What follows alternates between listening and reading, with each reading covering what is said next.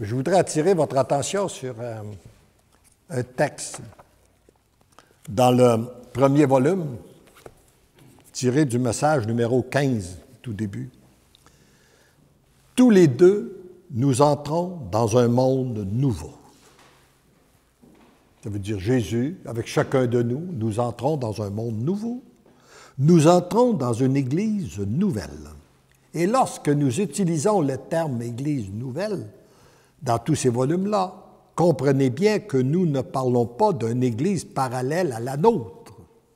Nous parlons bel et bien de notre Église telle que nous la connaissons sous Benoît XVI. Nous l'appelons nouvelle parce que les cœurs sont renouvelés. C'est tout simplement à cause du renouvellement des cœurs que nous l'appelons l'Église nouvelle. Et cette nouvelle Église, je la veux toute belle, toute pure, sans ride ni rien de pareil. Voilà ce que Jésus veut de cette nouvelle Église qui est en train de reconstruire. S'il y a eu une démolition, dans bien des cas, c'est qu'il y a eu trop de contre-témoins parmi les croyants, parmi les catholiques. Mais là, il y a une nouvelle Église. Il la veut donc, et pour ça, il la veut toute belle, toute pure, sans ride ni rien de pareil. Cette nouvelle Église, je suis à la construire présentement à partir des cœurs. C'est Jésus lui-même qui vient reconstruire son Église à partir des cœurs. Pour que cette Église soit pure, il me faut avoir des cœurs purs. C'est simple, hein? Facile à comprendre. Nous qui sommes de l'Église, si nous ne sommes pas des cœurs purs, bien, nous ne pouvons pas demander d'avoir une Église pure. Si nous voulons que notre Église soit pure, demandons que nos cœurs soient purs. Arrêtons de le demander pour les autres, demandons-le pour nous. C'est ça qu'il a dit dans sa parole. Hein? Arrête de regarder la paille qui est dans l'œil du voisin alors que tu as une poutre dans le tien. Car elle ne peut être plus belle et plus pure que les cœurs qui la composent. C'est urgent. J'ai besoin d'une multitude de cœurs purs. C'est uniquement ce dont j'ai besoin, rien d'autre. C'est simple, c'est compliqué, c'est pas compliqué, hein? Jésus, pour rebâtir son Église, tout ce qu'il a de besoin, c'est des cœurs purs, puis il nous dit dans un autre tantôt que c'est lui qui va le faire. La seule chose qu'il nous demande, c'est d'avoir notre consentement. C'est pour ça qu'on vous dit dans le chantème continuellement, là, la seule chose qu'il nous demande, c'est d'accueillir son amour puis de lui donner notre oui. C'est lui qui va le faire. N'oublie pas que c'est mon œuvre et non la vôtre. Prenons pas sur nos épaules la responsabilité de rebâtir l'Église. On n'y arrivera pas. Donnons-lui tout simplement la liberté de faire de nous des cœurs purs, afin que nous soyons un plus dans l'Église, puis lui va la rebâtir. C'est son travail à lui. Puis, comme je le connais, il y a beaucoup plus de chances d'avoir du succès que si nous nous en mêlons. D'ailleurs, c'est ça qu'il m'avait dit aussi un jour, quand j'ai eu, après l'apparition du premier volume, j'ai dit au Seigneur, Seigneur, là, on a un livre, qu'est-ce qu'on fait avec? Savez-vous ce qu'il m'a répondu? Je te connais, je te le dis pas. Parce que tu es un homme d'affaires, tu es habitué à organiser les choses, et si tu connaissais mon plan, tu t'en mêlerais. Puis, en t'en mêlant, tu me nuirais. Alors, ne le sachant pas, tu es obligé de tout attendre de moi, puis c'est là que tu m'es le plus utile. Alors, voyez-vous, c'est son œuvre à lui. Puis, il m'a conduit continuellement comme ça. Je ne sais toujours pas ce qu'il attend.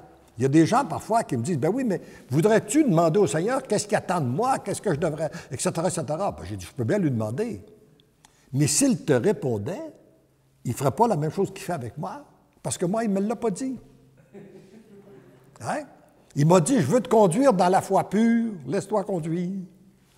Et puis, je découvre parfois, l'image que j'en ai, c'est que parfois, c'est comme si je suis dans un véhicule, le soir, où les lumières me donne une distance pour être capable d'avancer sans voir la route, sans savoir où je vais.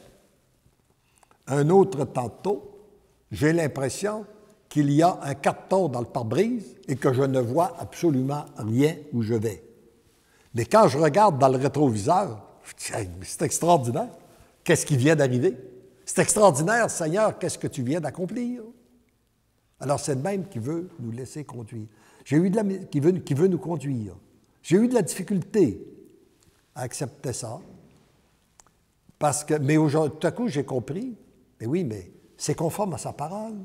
Il nous a dit, si vous ne redevenez pas comme des petits enfants, vous n'entrerez pas dans le royaume des cieux. Et avez-vous remarqué qu'un petit enfant, il n'a pas besoin de savoir où il va. Il a juste besoin de savoir qui le conduit, avec qui il va. Il va avec maman, avec papa, il est en confiance, pas de problème. Il va aller n'importe où. Hein? C'est ici. Alors nous sachant conduits par Dieu, sachant conduits par Jésus, qui est un Dieu d'amour, pourquoi qu'on aurait besoin de savoir où on va? Ça me fait penser on raconte un jour qu'on a annoncé dans un avion qu'il y avait un moteur qui était en feu et qu'on ne savait pas qu'est-ce qui allait arriver. Tout le monde s'est mis à paniquer, à avoir peur. Il y avait un petit bonhomme de 4 ans qui était tout calme. Mais ils ont dit, il y a quelqu'un qui lui dit, mais t'as pas peur? Qu'est-ce qu'il vient d'annoncer? Non. C'est mon père qui conduit l'avion.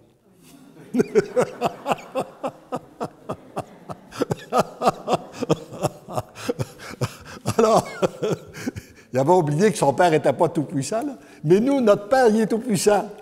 Alors pourquoi qu'on aurait peur? Pourquoi avoir peur? Ce que je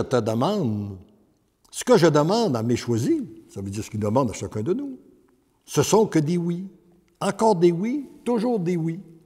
Et ainsi, moi, je peux agir. Présentement, j'agis rapidement car le temps presse. Autant le temps presse, autant j'agis rapidement, toi, tu te dois de ralentir. Voyez-vous, et même d'arrêter pour te laisser purifier et combler de mes grâces afin qu'elles pénètrent bien en toi. Parce que si tu cours trop, tu ne pourras peut-être pas bénéficier des grâces que le Seigneur veut déverser. Prends le temps de t'arrêter, diminue, accueille l'amour de Jésus, accueille ses grâces. C'est ça que tu as besoin, c'est ça qu'il nous demande actuellement. Il faut prendre le temps, puis là, écoutez bien l'image qu'il nous donne. Il faut prendre le temps de bien tisser le lien qui nous unit.